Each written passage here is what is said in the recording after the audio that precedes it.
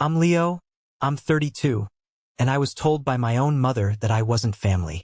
Before I tell you about the absolute firestorm that followed, the lawyers, the threats, and the moment of truth that changed everything, let me know where you're watching from in the comments below. It's always incredible to see how far these stories can reach. The front door of my childhood home felt smaller than I remembered. Or maybe I was just bigger, filled with a fragile hope that made me feel like a giant. It was a cold December night, the kind where your breath plumes in front of you like a ghost. My hands were numb from carrying a dozen ridiculously expensive gifts from my car. A designer watch for my dad, a first edition novel for my mom, a new gaming console for my younger brother, Ethan. I'd driven 8 hours straight, fueled by gas station coffee and the naive belief that this year would be different. This year, they'd see me. Through the frosted glass panel of the door, I could see the warm, buttery glow of the living room. I saw silhouettes moving, heard the murmur of laughter and clinking glasses. Party. My heart gave a little leap. A surprise welcome home party? The thought was so foreign, so out of character for them, that I almost laughed at my own foolishness. Still, I knocked, a cheerful rhythm against the solid oak. The door creaked open, and there she was, my mother, Eleanor. She's a small woman, barely 5'3", but she has a way of looking down on you that can make you feel like an insect. Her smile, which was bright for whoever was inside, froze on her face when she saw me. It didn't just disappear. It was erased, replaced by a flat, hard line. "Leo," she said, not a question but an accusation.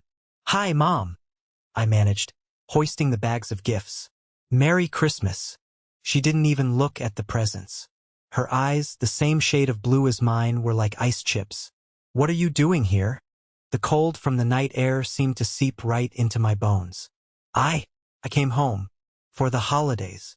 She glanced over her shoulder, back into the warmth and laughter of the party. Then she looked back at me, her expression unyielding. And then came the words that would change everything. The words that severed a cord I never even knew was fraying. "You weren't invited," she said, her voice low and steady. "This is for family only." For a second, the world went silent. The laughter inside, the distant traffic, the rustling of the wind in the bare trees. It all vanished. There was only her face, her words hanging in the air between us like a guillotine. I looked past her and I saw them all. My dad, Richard, looking uncomfortable. My aunts and uncles. And my brother, Ethan, raising a glass with a woman I didn't recognize, a diamond sparkling on her finger. I didn't say a word. I didn't argue. I didn't beg. A strange, cold clarity washed over me. I simply turned around, walked back down the path, and got into my car. As I pulled away from the curb, my phone buzzed. It was a text from Ethan. "Don't take it personally. You know how you are." I stared at the screen, and for the first time in years I didn't feel hurt. I didn't feel sad. I felt nothing at all. And then, a slow, cold smile spread across my face. I pulled over, opened my banking app, and began to dismantle the life I had built for them. The life they took for granted. I didn't know it then, but this wasn't an ending. It was a beginning. To understand that night, you have to understand my family's two fundamental laws. Law number 1, Ethan was the golden child. Law number 2, I was the provider. It had been that way for as long as I could remember. Our childhood in suburban Ohio was a masterclass in this dynamic. On the surface, it was perfect. Manicured lawn, 2-car garage, the smell of Mom's baking on a Sunday. But inside those walls, every day was a lesson in my own expendability. I remember when I was 10 and Ethan was 7. For his birthday, he got a brand new Schwinn bicycle. It was fire engine red, with chrome fenders and a loud bell. He'd ride it up and down the street, beaming, while my parents watched from the porch, their faces shining with pride. I was happy for him, I really was, but my own bike was a rusty hand-me-down with a wobbly wheel. When I'd asked for a new one, my mom had sighed, a long theatrical sound. "Leo, honey, we just don't have the money. You understand, don't you? You're the responsible one." I was always the responsible one. That same year, I won the district-wide science fair. I'd spent months on my project, a detailed model of a volcanic eruption. I got a blue ribbon and a small trophy. I ran home, bursting with pride, clutching the trophy like it was the Olympic gold. I found my parents in the living room. I won. I won first place, I announced. My dad grunted from behind his newspaper. My mom looked up from her magazine. "Oh, that's nice, dear," she said, her eyes already drifting back to the page. "Put it on the shelf." There was no celebration, no special dinner. An hour later, Ethan came home with a crudely made macaroni necklace from art class. My mother gasped, scooped him up in a hug, and immediately cleared a space on the mantelpiece to display it. "Oh, Ethan, it's beautiful. You're such an artist." The trophy I'd won was eventually moved to my bedroom to make more space for Ethan's finger paintings. The message was clear. My achievements were nice, but his efforts were treasures. At 16, while other kids were at football games, I was working 40-hour weeks at a greasy diner, the smell of fries clinging to my clothes. Every Friday, I'd come home, my body aching, and hand over most of my paycheck to my dad. He'd take it without meeting my eyes, murmuring something about the mortgage or the utilities. "This will help," was all he'd say. There was never a thank you. It wasn't a gift. It was an expectation. It was my duty. Ethan, meanwhile, had a different duty. To be charming. To get good enough grades to stay on the baseball team. To make my mother laugh. He was good at it. He could walk into a room and light it up, while I felt like I was always lurking in the shadows, counting receipts and worrying about bills that weren't even mine. The difference was never clearer than at dinner time. If Ethan got a B on a test, my mother would say, "Oh, sweetie, you tried your best. That's all that matters." If I got an A-, she'd ask, "What happened to the other 4 points, Leo?" Her words were never loud or angry. They were worse. They were quiet, disappointed little cuts that bled for days. "It's just we expect more from you," she'd say, placing a smaller portion of dessert on my plate.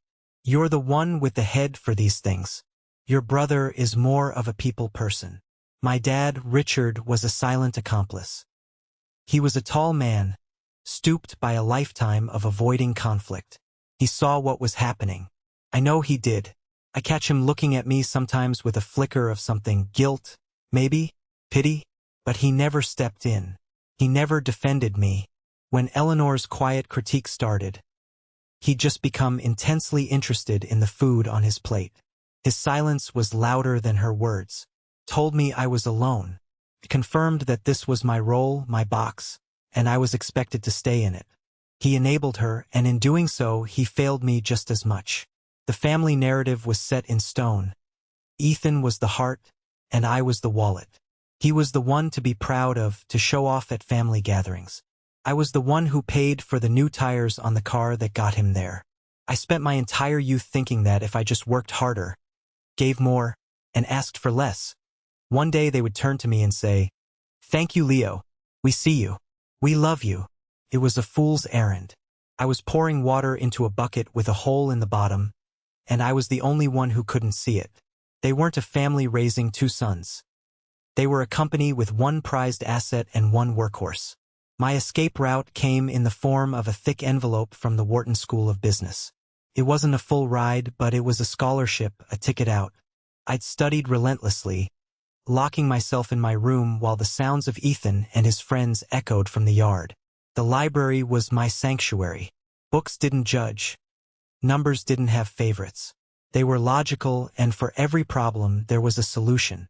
When I showed my parents the acceptance letter, my dad clapped me on the back, a rare show of affection. "Well done, son," he said, his voice thick. But my mother, she held the letter like it was a bill she couldn't pay. "Philadelphia?" she said, the name of the city sounding like an insult on her tongue. "That's so far away. It feels selfish, Leo, leaving us like this." "Mom, it's Wharton," I said, my voice pleading. "It's the best business school in the country. This is the whole point of me working so hard." "The point was to help the family," she corrected gently, her eyes full of practiced disappointment. Who's going to help with the bills when you're gone? Your father's salary isn't what it used to be. It was a checkmate. She'd framed my ambition as abandonment. But for the first time in my life, I didn't back down. I went. But the guilt she'd instilled in me went with me, packed in my suitcase alongside my worn-out clothes. College was a different world. It was hard, challenging, and for the first time I was being judged on my own merit. I got a part-time job at the university's financial aid office, and even with my scholarship and student loans, money was tight. But every month, without fail, I wired a portion of my meager earnings home. $300. Sometimes $400. It meant I ate ramen noodles more often than I'd like to admit. It meant I said no to ski trips with friends. It meant I wore the same pair of jeans until they were threadbare. My roommate, a guy named Tasha, couldn't understand it. He came from a loud, loving Italian family where everyone supported each other. He watched me one night, hunched over my laptop, calculating how much I could send home after paying for my textbooks. "Dude, why?" he asked, genuinely baffled. "My parents send me money. That's how it's supposed to work." "Are they in some kind of trouble?" "It's complicated," I mumbled, feeling a hot flush of shame. How could I explain that I was still trying to buy their approval? That I was paying a monthly subscription for their love? How could I explain the gnawing fear that if I stopped paying, I'd cease to exist in their world? I was terrified she was right, that leaving was selfish, that I had abandoned them, and the money was my penance. I remember one call in particular. It was the week before finals. I was exhausted, stressed, and running on fumes. My mom called, her voice frantic. The water heater had broken. It was going to cost $1,000 to replace. She didn't ask if I had it. She just stated the problem, the unspoken solution hanging in the air. "I just don't know where we'll get that kind of money, Leo. We might have to go without hot water for a while." I looked at my bank account. I had just over $1,200 to my name, meant to last me the rest of the semester. A group of my friends were planning a small road trip after finals to celebrate, something I was desperate to go on. It was a choice, a week of freedom and fun with friends, or my family's comfort. I sent them the $1,000. That weekend, while my friends were sending pictures from the beach, I was in the library, trying to study. Tasha found me there, staring blankly at a textbook I hadn't been able to read for an hour. He put a slice of pizza in front of me. "From my dad's care package," he said quietly. "Eat up, man. You look like a ghost." I ate the pizza, and I felt a wave of gratitude so intense it almost brought me to tears.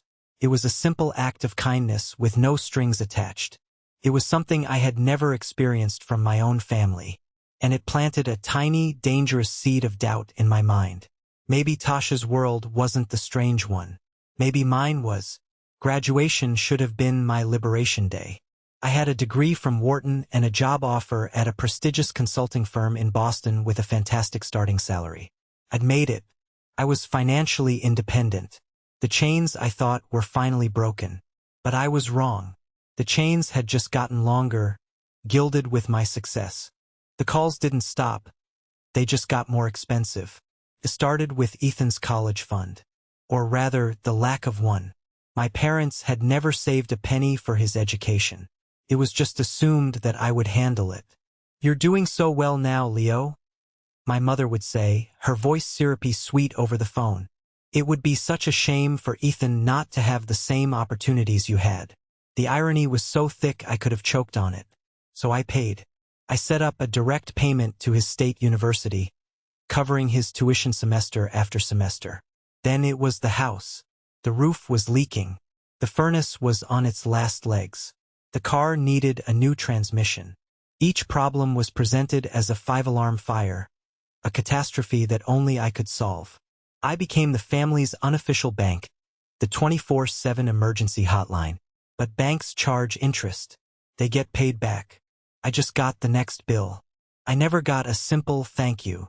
Instead, I got critiques. We had to pay a little extra for the premium shingles.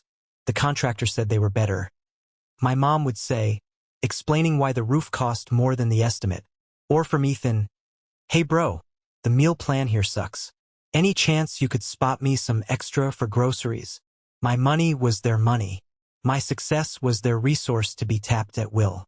My life in Boston felt like a world away. I had friends, a nice apartment, a career I was proud of. I was good at my job.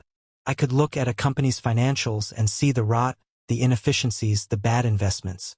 Yet I was blind to the toxic balance sheet of my own family. My best friend in Boston, a sharp-witted colleague named Chloe, saw it clearly. She was the first person I told the whole story to, one evening over drinks after a particularly draining call from my mother. "Let me get this straight," Chloe said, setting down her wine glass. "Your mom called, complained for 10 minutes about how tired she is, and then casually mentioned that she and your dad would love to go on a wellness retreat to Florida that costs $3,000? She said they were stressed," I defended weakly. "That the doctor recommended some sun." "The doctor or a travel brochure?" Chloe shot back, her eyes sharp. "Leo, that's not a family. That's a pyramid scheme, and you're at the bottom holding everyone else up. When was the last time they did anything for you? When was the last time they even asked about your life? Not your wallet." Her question hit me like a physical blow. I scrolled through months of text messages on my phone. They were all requests. "Can you? We need Ethan's car." Not once did they say, "How are you? How's work? Are you happy?" I tried to set boundaries once. I suggested that Ethan get a part-time job to help with his expenses. The fallout was immediate. My mother called me, crying. "How could you be so cruel to your brother? He's trying to focus on his studies. You've changed, Leo. This big city and all this money. It's made you hard." The guilt was a physical thing, a heavy weight in my chest. She was a master at wielding it. Caved. I always caved. I sent the extra money and apologized. The message was clear. My role was to provide, not to question. So I kept providing. I paid for their comfort, their needs, their wants. I was funding a life I wasn't even a part of, hoping that one day, my investment would pay off in the one currency I craved. Love. It was the worst investment I ever made.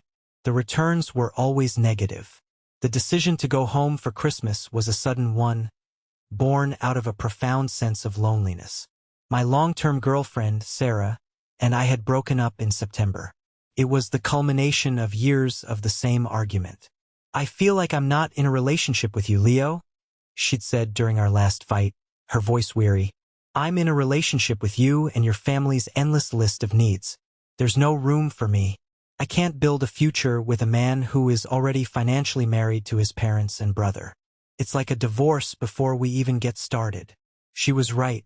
I hadn't known how to choose her, how to choose us, over the ingrained sense of duty. The breakup left a void. Then, my friend Chloe, my rock in Boston, moved to Seattle for a fantastic job opportunity. My apartment, once a symbol of my success, suddenly felt cavernous and empty. Thanksgiving was a quiet affair, a potluck with a few colleagues who also had nowhere to go. It was nice, but it wasn't family. As December rolled in, the city lit up with holiday cheer, and every sparkling decoration felt like a spotlight on my isolation.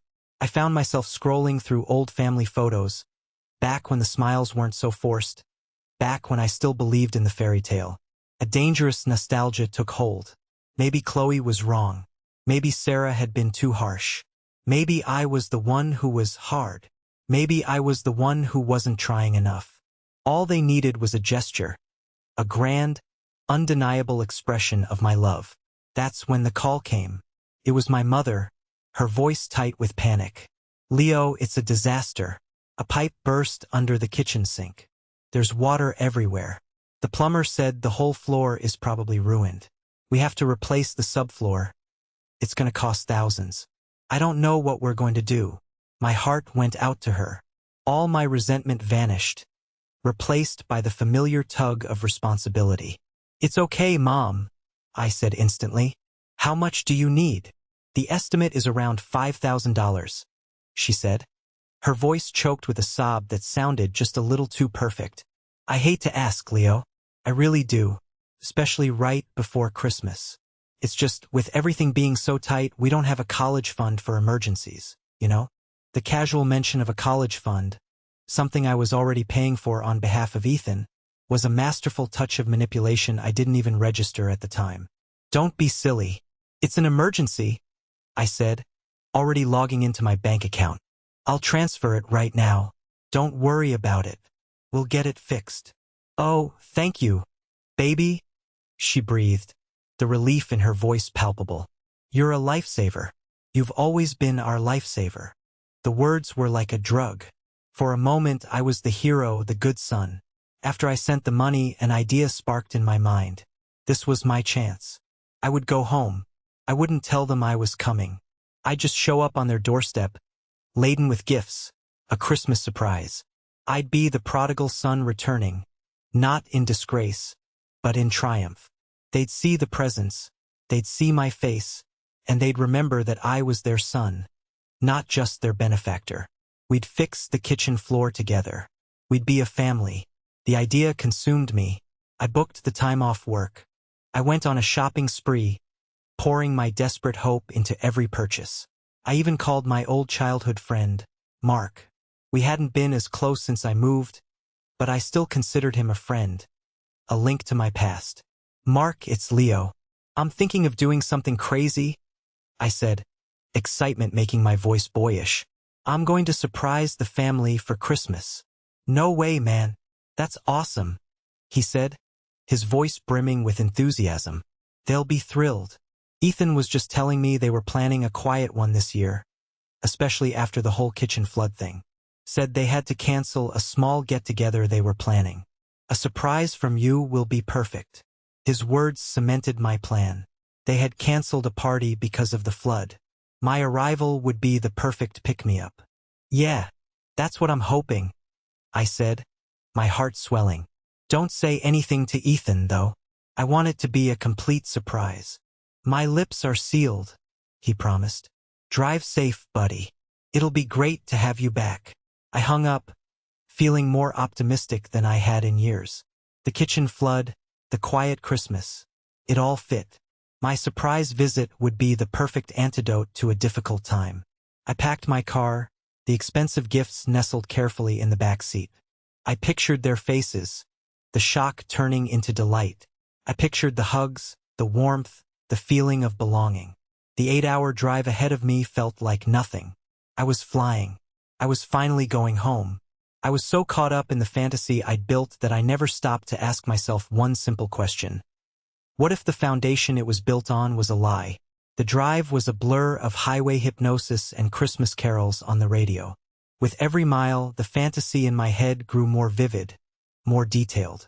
I saw my mom's eyes filling with happy tears. I saw my dad putting a hand on my shoulder, his quiet pride finally spoken aloud. I even saw Ethan, for once, looking at me with something other than casual entitlement. It was a movie I was directing in my own mind, and I was sure of the happy ending. As I turned onto my old street, a sense of childlike excitement washed over me. The houses were draped in festive lights, each one a little beacon of warmth and family. Then I saw my house, and my heart skipped a beat. It wasn't dark and quiet. It was ablaze with light. Every window glowed, and there were cars lining the street, cars I didn't recognize and several I did. My Aunt Carol's minivan, my Uncle Jim's truck. My first thought was, they fixed the kitchen and they're celebrating. A wave of relief. The money had worked. I had saved the day just like always. I parked down the street, my hands suddenly slick with sweat as I gathered the heavy bags of gifts. The cold night air bit at my face, a stark contrast to the warmth I was anticipating. As I walked up the familiar concrete path, the sound hit me. It wasn't the sound of a small, quiet family gathering. It was the sound of a party. A full-blown, joyous, raucous party. Laughter, deep belly laughs, spilled out into the night. I could hear music, the clinking of glasses. My steps slowed. A knot of confusion tightened in my stomach. This wasn't the canceled get-together Mark had mentioned. This was something else entirely. I reached the front door and hesitated. Instead of knocking, I sidled over to the large picture window in the living room. Peering through the gap in the curtains, I saw a scene from a stranger's life. The room was packed. My entire extended family was there. Aunts, uncles, cousins. My mother was wearing a new, elegant-looking dress, the same one I'd seen on my credit card statement a week ago, listed under boutique. She was laughing, holding a glass of champagne, and standing in the center of it all next to her was Ethan. His arm was around a pretty, dark-haired woman. She was holding up her left hand, and a diamond ring caught the light, sending a shard of brilliance across the room. People were cheering, raising their glasses. It wasn't a celebration for a new kitchen floor. It was an engagement party. The $5,000. The burst pipe. The quiet Christmas. The canceled party. It was all a lie. An elaborate, multi-layered deception to fund a party I wasn't meant to be at. The air rushed out of my lungs. The bags of gifts suddenly felt impossibly heavy, filled not with love, but with my own stupidity. My mind reeled, trying to make sense of the betrayal. They had lied. They had taken my help, my money, given under the pretense of an emergency, and used it to throw a party for the golden child. A party they specifically did not want me at. Why? The question hammered in my brain. Why lie? Why not just ask? Why exclude me? Was my presence so undesirable that they had to invent a natural disaster to keep me away while still getting my money? I felt dizzy, disoriented. I stumbled back to the front door, my fantasy shattering into a million sharp, painful pieces. I had to be wrong. There had to be an explanation. Maybe the pipe did burst, and this was a last-minute decision. Maybe they were going to call me tomorrow and tell me the good news. Maybe. The desperate hope of a lifetime dies hard. I raised my hand, my knuckles white, and knocked. The music quieted slightly. The door opened, and my mother stood there, her face a mask of frozen shock. And as I looked into her cold, unwelcoming eyes, I knew. There was no explanation. There was no misunderstanding. There was only the brutal, simple truth she delivered without a hint of remorse. You weren't invited. This is for family only. The words hit me, but this time, the context behind them made them 1,000 times more devastating. I wasn't just being turned away. I was being told that my only value was as a source of funding for a family I was no longer considered a part of. The lie wasn't just about the money. The lie was my entire role in their lives. I wasn't a son. I was a donor, an anonymous, invisible donor. And that's when the hurt finally, blessedly, died. And something new, something cold and hard and clear, rose up to take its place. Resolve. The drive away from my childhood home was strangely calm. There were no tears. There was no shouting at the windshield. The emotional part of my brain seemed to have shut down, handing over control to the logical, methodical consultant I was from 9 to 5. The part of me that analyzed broken systems and implemented efficient, sometimes ruthless, solutions. And my family was the most broken system I'd ever encountered. I found a Holiday Inn Express just off the highway. The room was beige, anonymous, and perfect. It was a sterile environment, free of memories or emotion. I dropped the bags of gifts by the door without a glance. They were artifacts from a different life, a life that had ended about an hour ago. I sat on the edge of the stiff bed, pulled out my laptop, and got to work. My personal finances were my specialty, after all. It was time to conduct a thorough and hostile audit of Mitchell Family Inc. First, the joint savings account I shared with my mother. It was supposed to be an emergency fund for the house. I'd set it up years ago, a safety net for them that I alone contributed to. I logged in. The balance was $12,347.82. As my mouse hovered over the transfer button, I remembered her words when we opened it. This will give us such peace of mind, Leo, knowing we have something to fall back on because of you. It was never our peace of mind. It was us and you. I clicked the button, selected my personal checking account, and entered the full amount. A confirmation screen popped up. Are you sure? I clicked yes without a moment's hesitation. The balance immediately dropped to zero. Asset neutralized. Next, the monthly utility payments. I had them on autopay from my credit card for years. a gesture of convenience for my parents. The electric, the gas, the water, the internet. A total of $327 a month. I went through each provider's website, my fingers flying across the keyboard. As I canceled the internet payment, I thought about Ethan complaining that the speed wasn't fast enough for his gaming. Cancel autopay. Remove payment method. Done. Done. Done. Done. Liabilities severed. Then came the credit cards. My mother and Ethan were both authorized users on one of my high-limit cards. For emergencies. Of course, I logged into my account. The current balance was $4,200. Ethan's spending was easy to spot. Video games, takeout, a new sound system he'd bragged about on social media. My mother's was mostly groceries and gas, but also the recent $400 charge from the dress boutique. The dress she was wearing to deny me entry to my own home. I didn't just freeze the cards. I reported them as stolen. It was a more immediate and irreversible action. Within minutes, their plastic lifelines would be declined. Access denied. The car insurance. I paid for my dad's policy and Ethan's. Another $189 a month. I found the policy number in my email and called the 24-hour customer service line. I explained that I would no longer be responsible for the policy covering their two vehicles. There would be a lapse in coverage effective immediately unless a new payment method was provided. The agent was polite and efficient. Another cord cut. Finally, a small, petty, but deeply satisfying act. The family shared a suite of streaming services, Netflix, HBO, the works, all under my account.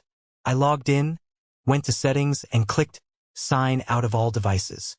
Then I changed the password to something long and unguessable. It was a small thing, but it was symbolic. The entertainment I funded was over. As I worked, my phone started to buzz. A call from my mother. I ignored it. It went to voicemail. It buzzed again. Ethan. Ignored. Then a text message from an unknown number. I opened it. Hey, it's Mark. Just heard you were in town. Ethan said you guys had a weird moment at the door. Hope everything's cool. A cold fury, the first real emotion I'd felt all night, washed over me. Mark, the one person I had confided in.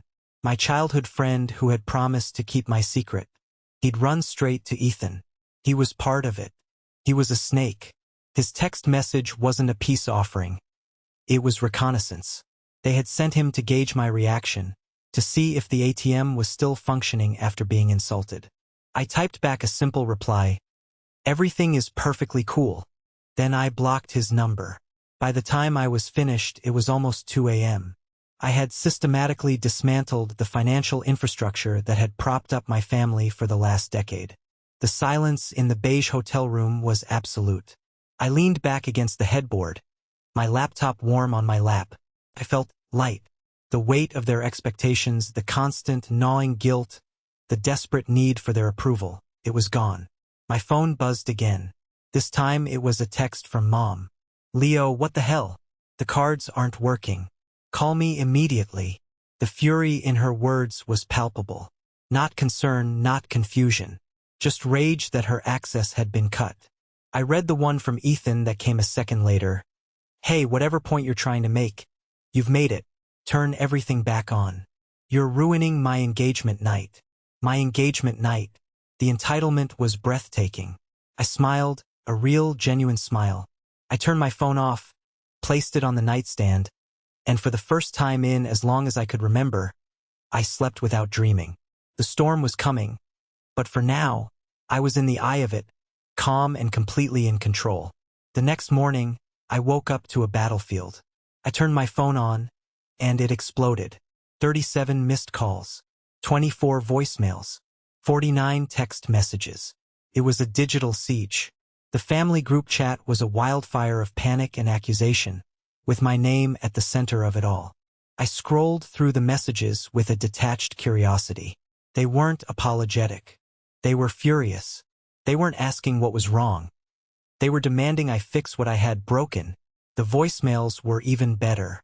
My mother's voice, escalating from angry to hysterical.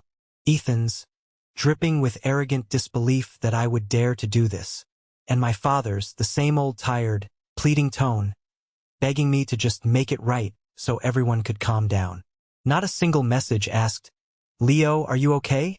I was about to delete them all when a call came through from a number I recognized, but hadn't heard from in years. My Aunt Helen. She was my mother's older sister, a quiet, kind woman who had always been on the periphery of our family dramas. I decided to answer. "Leo?" Her voice was hesitant. "Honey, it's your Aunt Helen. Are you all right?" The simple question, the genuine concern in her voice, almost undid me. It was the first time anyone had asked. "I'm fine, Aunt Helen," I said, my own voice surprisingly steady. "Your mother is losing her mind," she said, and I could hear the chaos in the background.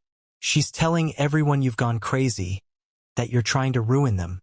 But I saw her at the door last night, Leo. I saw her face." She paused. "What really happened?" So I told her. I told her everything. The years of financial support, the constant demands, the lies about the engagement party, the words on the doorstep. I spoke calmly, laying out the facts like I was presenting a case file. When I was done, there was a long silence on the other end. "I knew it," she finally whispered. "I knew it was bad, but I didn't know it was that bad. Patricia, she's told everyone a very different story for years.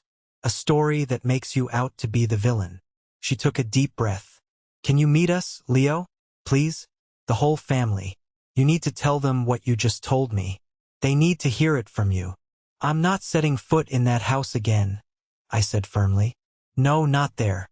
Somewhere neutral," she insisted. "Please, Leo. For me. This has to stop." I thought about it. An ambush? Maybe. But Aunt Helen sounded sincere, and a part of me knew she was right. This couldn't be fought with texts and blocked calls. It needed a final, public confrontation. "Fine," I said. "The conference room at the Holiday Inn off I-71. 1 hour." I booked the room. It was small, soulless, with a polished table and uncomfortable chairs. Perfect. I went to my car and retrieved a thin folder from my briefcase. Then I waited. They arrived together, a united front of indignation. My mother, Eleanor, marched in first, her face a thundercloud of fury. Ethan swaggered in behind her, looking like he was ready for a fight. My father, Richard, shuffled in last, his eyes fixed on the floor. Aunt Helen and her husband, Uncle Jim, followed them in, looking nervous. They sat opposite me. For a moment no one spoke. The air was thick with resentment. My mother broke the silence. "I don't know what kind of sick game you're playing, Leo, but it ends now. You turn everything back on. Today." Ethan chimed in, leaning forward. "Yeah, man. What's your problem? You're just jealous, aren't you? Jealous that I'm getting married, that I have a life, and you're just alone with your job." "This isn't a game," I said calmly, ignoring Ethan and opening the folder in front of me. "It's an audit." I slid a single piece of paper across the table. It was a spreadsheet. I had spent the early morning hours compiling it. It was a detailed, itemized list of every dollar I had sent them over the past 10 years. Tuition payments, down payment on their car, mortgage assistance, the infamous kitchen floor. Every line had a date, a purpose, and an amount. The total was at the bottom in bold. $87,342.19. My father gasped. Ethan's jaw went slack. My mother, however, just glanced at it and scoffed. "Don't be ridiculous. This is an exaggeration. Families help each other. It's what they do. You gave that to us. It was a gift. You can't just demand it back when you throw a tantrum. What's next? Are you going to send a lawyer after us for your part of the inheritance early?" The mention of a lawyer and inheritance, twisted into an accusation of greed, was the final spark. "A gift," I repeated, my voice dangerously quiet. "A gift is given with gratitude, Mom. It isn't extracted under false pretenses." Was the $5,000 for a burst pipe a gift? Or was it seed money for an engagement party you lied about to keep me away? She flinched, and that's when Aunt Helen stood up.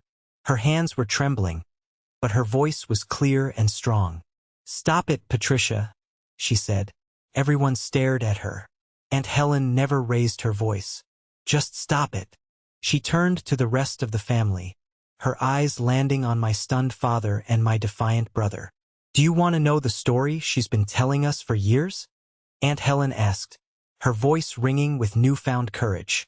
"She told us Leo abandoned the family, that he went off to his fancy school and his big-shot job and never looked back. She told us he never called, never visited, and that he never, ever sent a dime home.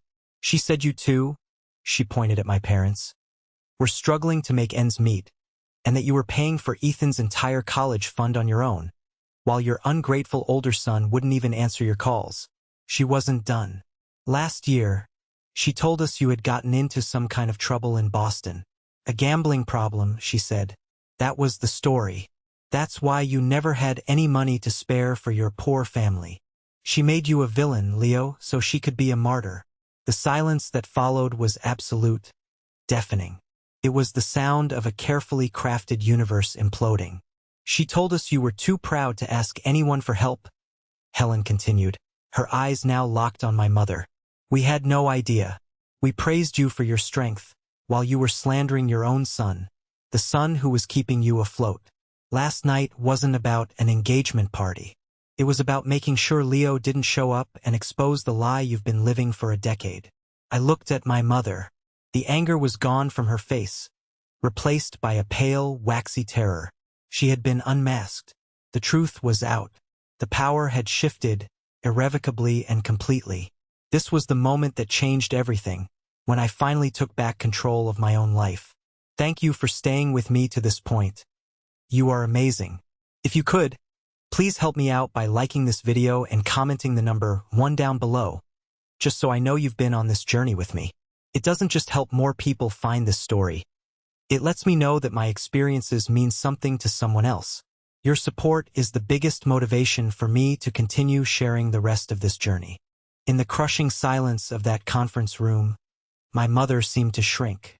The formidable, controlling matriarch vanished, leaving a small, terrified woman in her place. She opened her mouth, but no sound came out. She looked at my father, then at Ethan, searching for an ally, a lifeline. She found none. Ethan stared at the spreadsheet, then at me, then at his mother. The arrogance was gone, replaced by a dawning, horrified understanding. He hadn't just been the golden child. He'd been a pawn in her elaborate deception. The life of ease he'd enjoyed, the college education, the car, it was all funded by the brother he'd been taught to disdain, a brother he'd been told had a gambling problem. The shame on his face was real, but it was my father who finally broke. He slumped in his chair, covering his face with his hands. His shoulders shook with silent sobs. After a long moment, he looked up, his eyes red-rimmed and filled with a shame so profound it was painful to watch. He looked directly at me, for the first time in what felt like a lifetime. "He's right," he choked out, his voice thick and broken. "Everything Helen said, and everything on that paper, it's all true. I knew our finances were bad after I was laid off years ago, but I was too proud to admit it. It was easier to let you carry the burden. We took advantage of him. I let it happen." He turned his gaze to my mother. "I let you do it, Eleanor. I was a coward." The admission hung in the air, a confession decades in the making. He had finally spoken the truth. His silence had been broken. I felt a strange sense of pity for him, but the cold resolve inside me didn't waver. This wasn't about pity. It was about consequences. "The financial support is over," I said, my voice cutting through the emotional wreckage. "It's done." I watched their faces fall, the reality of my words sinking in. "I am willing," I continued slowly, choosing my words with care, "to discuss a path forward, but it will not be on the old terms. Any future relationship, financial or otherwise, will be conditional. It will be tied to genuine effort, to honesty, to family therapy where we address this dysfunction with a professional. Those are my terms. There is no negotiation." I stood up, my legs feeling steadier than they had all day. I gathered my papers, placing the spreadsheet back into the folder. "You have my number," I said to the room at large. "When you're ready to talk about building something real, you can call. Until then, consider me retired as the family bank." I walked out of the room without a backward glance. Aunt Helen caught up with me in the hallway. She put a hand on my arm, her eyes full of a sad wisdom. "I'm so sorry, Leo," she said. "I should have said something sooner." "You said it when it mattered," I replied, and I meant it. We stood there for a moment, and she gave me the final piece of the puzzle, the one that didn't excuse my mother's actions but colored them in a new, tragic light. "You know," she said softly, "before she met your father, she was in pharmacy school. She was brilliant, top of her class. She was going to have this amazing career. Then she got pregnant with you. She had to drop out. I think a part of her has resented you for the life she lost ever since. It's not fair, and it's not your fault, but it's the only thing that makes any sense of her cruelty. The revelation didn't change my decision, but it changed my perspective. It wasn't just about money or favoritism. It was about a deep, festering wound in my mother's own life that she had turned outward, using me as the target for her bitterness. I suddenly saw her not as a monster, but as a deeply unhappy person who had created a toxic world to cope with her own failures. I drove away from the hotel, leaving them to sift through the rubble of the world they had built on lies. The road ahead was uncertain, but for the first time, it felt like my own. Later that day, my father called. His voice was humbled. He told me the engagement party had been canceled. Jessica, Ethan's fiancée, and her parents had been in the hotel lobby and had overheard everything. Her father, a no-nonsense lawyer, had pulled her aside and advised her to end things immediately. The divorce of their plans was swift and final. My mother had locked herself in her room and wouldn't speak to anyone. He asked if I would turn the utilities back on just for a little while so they could figure things out. The old me would have caved instantly, but the new me had boundaries. I took a deep breath. "I will pay for the utilities for the next 30 days, Dad," I said, my voice firm but not unkind. "That gives you 1 month to find a new source of income. After that, the accounts are in your name. This is your chance to show me you're serious about changing." There was a pause, and then, for the first time, I heard a simple, unqualified response. "Okay, Leo," he said. "That's fair. Thank you." It was a start. A single, fragile step on a long, new road. The 6 months that followed were like waking up from a long, suffocating dream. The initial silence from my family was deafening, but it was a healing silence. It gave me space to breathe, to live my life without the constant weight of their needs on my shoulders. My work, which had always been a refuge, now became a source of genuine passion. Without the constant mental drain of my family's dramas, my focus sharpened. I took on a challenging new project, leading a team to turn around a failing company. I worked long hours, but it was for myself, for my career, for my future. My boss, Mr. Sterling, the firm's CEO, called me into his office one day. "Leo," he said, getting straight to the point in his typical fashion. He gestured to a chair. "I've been watching you the last few months. There's a new fire in your work, a confidence I haven't seen before. The board has seen your work on the acquisition. It's brilliant. We're offering you a promotion, senior consultant. It comes with a significant salary increase and more responsibility. You've earned it." The words, "you've earned it," hit me with surprising force. I had spent a lifetime earning things for other people. This was the first time I felt the full, undiluted satisfaction of my own achievement. "Thank you, sir," I said, my voice clear and steady. "I accept." The promotion wasn't just a title.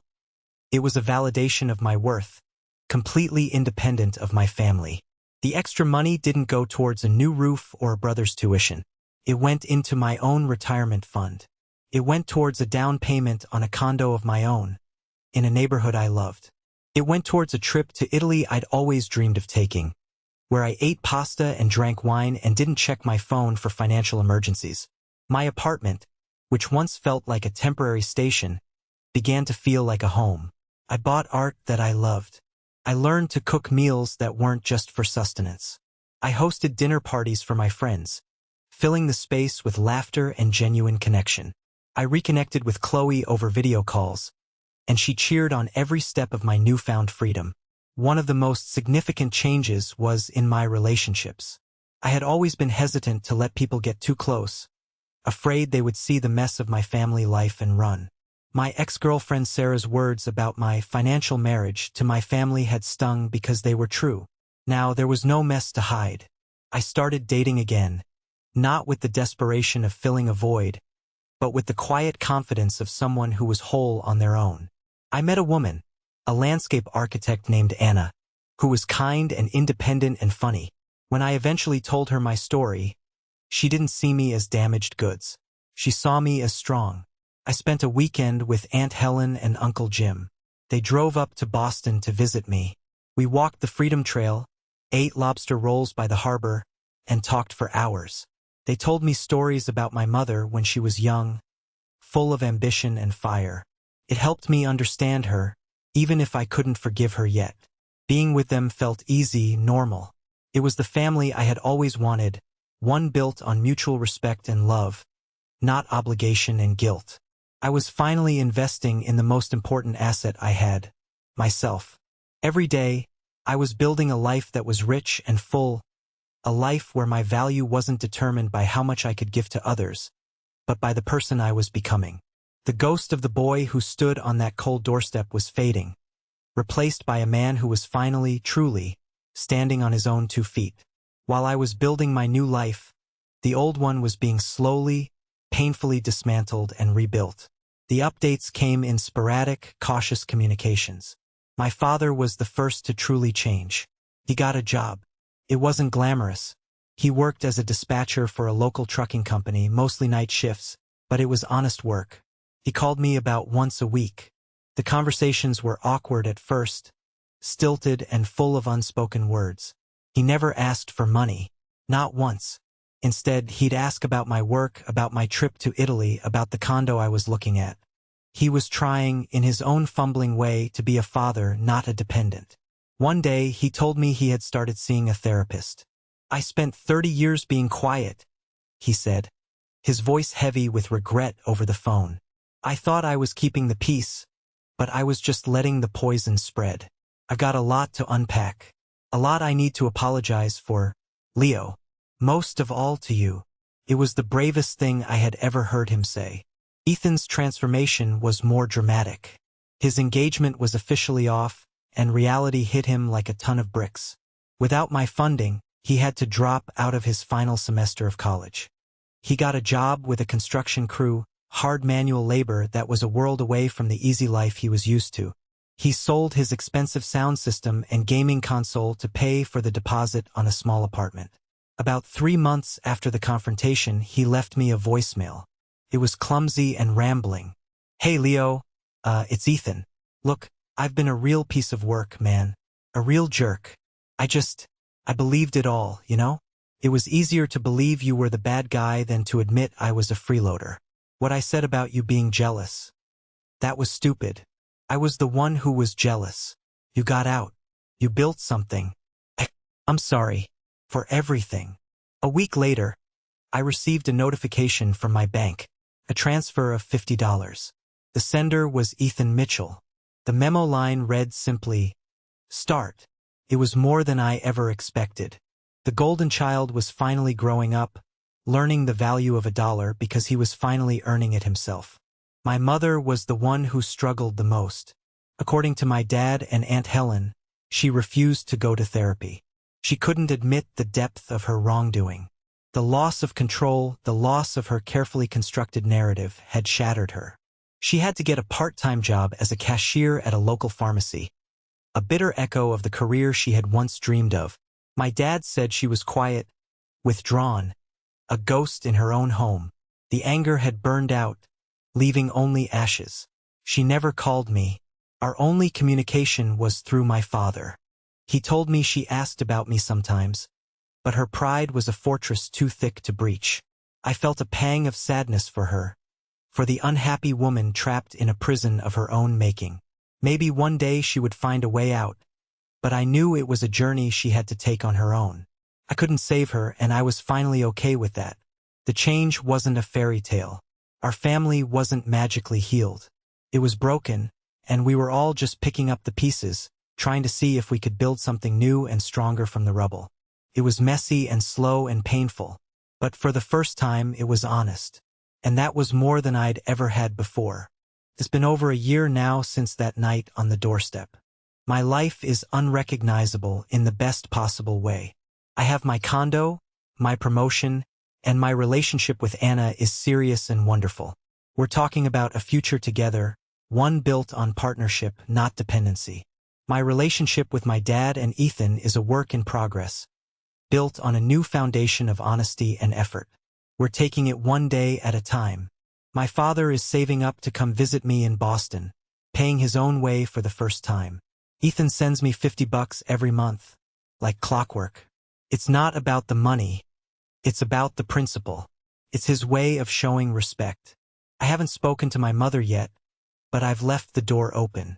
The anger has faded, leaving only a quiet sadness for what could have been, and a sliver of hope for what still might be. For years, I operated under the false belief that my self-worth was something I had to earn from my family. I thought love was transactional, that if I just deposited enough money, enough sacrifice, enough obedience into their accounts, I would eventually be able to make a withdrawal of acceptance and affection. I was trying to pay off an emotional debt that wasn't mine to begin with. But I learned the hard way that love shouldn't cost you your dignity. Family is supposed to be about mutual support, not one-way exploitation. I learned that setting a boundary isn't an act of cruelty. It's an act of self-preservation. It's teaching people how to treat you, and sometimes it means walking away from a dynamic that is designed to break you. It doesn't make you a bad person. It makes you a person who wants to survive. I spent a decade trying to be the perfect son, the provider, the savior. But in the end, the only person I needed to save was myself. By closing the Bank of Leo, I finally gave myself the permission to invest in my own happiness, to build a future on my own terms. The man who knocked on that door a year ago was a boy, desperate for approval. The man I am today knows that the only approval that truly matters is the one you find when you look in the mirror. The greatest return on investment I ever made wasn't on the stock market. It was when I finally decided to bet on myself. The ledger is finally balanced. Thank you so much for listening to my story. I hope it resonated with you in some way. Have you ever found yourself in a situation where you had to make a tough choice to protect your own well-being? I'd be honored to read your story in the comments below. And please, don't forget to like this video and subscribe so you don't miss what comes next.